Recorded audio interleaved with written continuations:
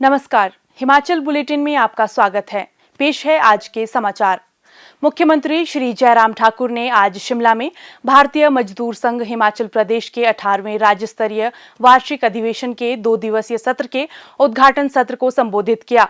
इस अवसर पर उन्होंने कहा कि राज्य सरकार श्रमिक वर्ग के कल्याण के लिए प्रतिबद्ध है और उनके सामाजिक आर्थिक उत्थान के लिए कई योजनाएं आरंभ की गई हैं।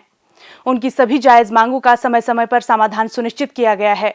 मुख्यमंत्री ने कहा, हर वर्ष हमने हिमाचल प्रदेश में हमने कोशिश की है कि मजदूरों के लिए और बेहतर करने की, हम जो कोशिश कर सकते हैं वो करने की हमने कोशिश की। जो दिहाड़ीदार हैं हमारे, उनको अप्रैल 2021 से 275 रुपये से बढ़ा करके 300 रुपये कर दिया और इसकी हमारी नोटिफिकेशन भी जारी हो गई और 300 रुपये प्रतिदिन का उनको जो है वो मजदूरी का जो वो मिले, उस दृष्टि से एक मैं समझता हूँ कि बहुत अच्छी एक पहल हुई है।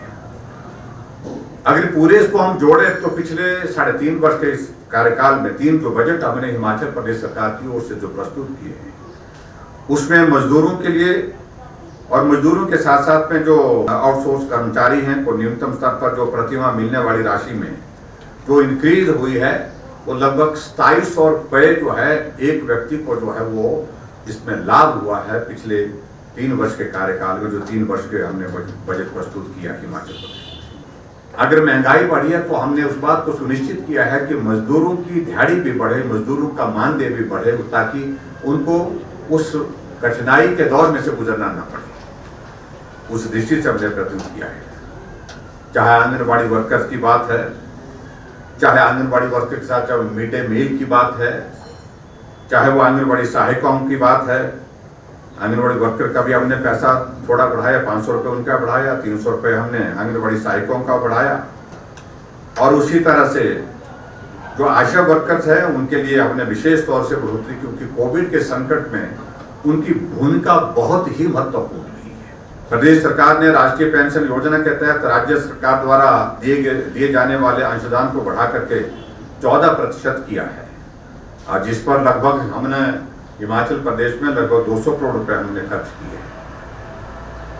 और उसी तरह से आगे बढ़कर के जो हमारे श्रमिकों और असंगठित क्षेत्रों के कामगारों के हितों की रक्षा के लिए भी अनेक योजना हमने हिमाचल प्रदेश में चलाई है।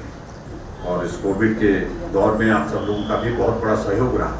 आप लोग ने कोविड में भी मजदूरों के हितों के लिए जो संभव किया जा सकता था, जहाँ जिस रूप में कोई भी कोविड के कारण संक्रमित हुए, कोई भी कोविड के कारण प्रभावित जो लोग हुए हैं, जो मजदूरों के खास तौर से, उसमें भी हमने देखा कि अपने वैचारिक दृष्टि से मजदूर संघ भी सक्रिय भूमिका निभाते हुए उनकी मदद करने के लिए आगे आया। उसके लिए मैं आप सबको बहुत बहुत साधुवाद देता हूँ, आप सबको बहुत बहुत आभार व्यक्त करता हूँ। और आने वाले समय में भी मेरा आप सबसे यही है कि ये दौर कोविड का भी समाप्त नहीं हुआ है और सावधानियां बरतने की ज़रूरत है। लेकिन उसके बावजूद मैं ये उम्मीद करता हूं कि आने वाले समय में निश्चित रूप से हम आप सब लोग इस कोविड के दौर से बाहर निकल करके जैसे हम स्वतंत्र होकर के पहले हम काम करते थे उस स्थिति में हो पाएंगे। मुख्यमंत्री ने कहा कि 23 जुलाई 1955 को अपनी स्थापना के बाद से भारतीय मजदूर संघ ने श्रमिकों के कल्याण और उनके अधिकारों की रक्षा के लिए सराहनीय प्रयास किए हैं। उन्होंने कहा कि बीएमएस ने हमेशा कांग्रेस और वामपंथी सरकारों की मजदूर विरोधी नीतियों का विरोध किया है। राज्य में भारतीय मजदूर संघ से मजदूरों की 326 यूनियनें जुड़ी हुई हैं, जो संघ की एकता को दर्शाता है। उन्होंने कहा कि भारतीय मजदूर संघ के सदस्यों ने समय समय श्रमिकों के खिलाफ होने वाले शोषण के विरुद्ध आवाज उठाई है। श्री जयराम ठाकुर ने कहा कि आशा कार्यकर्ताओं की एक्टिव केस फाइंडिंग अभियान को सफल बनाने में महत्वपूर्ण भूमिका रही। कोरोना काल में आशा कार्यकर्ताओं के बहुमूल्य योगदान को देखते हुए राज्य सरकार ने उनके मानदेय में 750 रुपये प्रतिमाह की वृद्धि की है। उन्होंने कहा कि महामारी के दौरान आशा कार्यकर्ताओं के लिए घोषित सभी वित्तीय लाभ शीघ्र जारी किए जाएंगे। उन्होंने कहा कि राज्य में असंगठित क्षेत्र के श्रमिकों के कल्याण के लिए हिमाचल प्रदेश भवन एवं अन्य सन्निर्माण श्रमिक कल्याण बोर्ड का गठन किया गया है। मुख्यमंत्री ने कहा कि कुछ तथाकथित मजदूर हितैषी संगठन बड़े बड़े दावे कर और स्वयं को मजदूरों का हितैषी बताकर मजदूरों को गुमराह करने की कोशिश कर रहे हैं, लेकिन धरातल पर उनके कल्याण के लिए कुछ भी नहीं किया। उन्होंने भारतीय मजदूर संघ से राज्य और केंद्र सरकारों की विभिन्न कल्याणकारी योजनाओं का लाभ प्राप्त करने के लिए श्रमिकों की सहायता के लिए आगे आने का आग्रह किया। उन्होंने कहा कि पिछले साल कोविड महामारी के कारण राज्य की अर्थव्यवस्था बुरी तरह प्रभावित हुई, लेकिन इसके बावजूद राज्य सरकार विभिन्न क्षेत्रों को राहत प्रदान करना सुनिश्चित कर रही है। मुख्यमंत्री ने कहा कि भारतीय मजदूर संघ की सभी जायज मांगों पर राज्य सरकार सहानुभूतिपूर्वक विचार करेगी।